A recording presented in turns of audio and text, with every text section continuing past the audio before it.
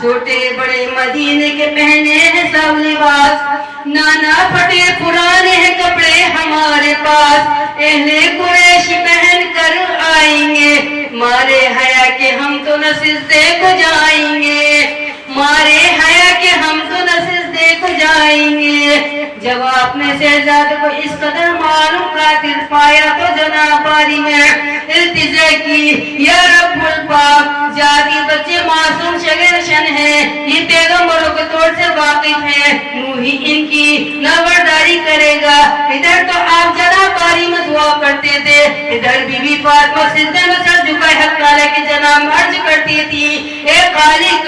ہمارے عشرت کا حال سب تجھ کو معلوم ہے، کل عید کا دن ہے، تمام اہل قریش قیمتی لباس پہن کر آئیں گے اور میرے معصوم بچوں کے پاس کپڑے نہیں ہیں، میں نے ان سے یہ بہانہ کیا ہے کہ تمہارے کپڑے درجی کے پاس ہیں، جب وہ سیکل لائے گا تو میں تم کو پہنا دوں گی۔ بس رحمت باری فوراً جوش میں آئی اور دروگا رضوان کو حکم ہوا کہ دروگا بہت دو جوڑے نہایت نفیس ہمارے حبیب کی پیاری بیٹی بی بی فاطمہ کو دے آؤ۔ قریب آدھی رات کو یکایک دروگا رضوان نے آ کر زنجیر ہلائی، جناب فاطمہ سے فرمایا، کون؟ آواز آئی، اے منت رسول، دروازہ کھول، میں درجی ہوں، حسین علیہ السلام کے کپڑے سی کر لایا ہوں۔ جناب فاطمہ نے دروازہ کھولا،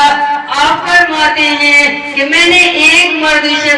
گفتار صاحب وقار کو دیکھا، اس کی خوشبو سے میرا دماغ معطر ہو گیا، وہ شخص رومال کا پلکچھا لے کر چلا گیا۔ نبی لکھتا ہے کہ جناب فاطمہ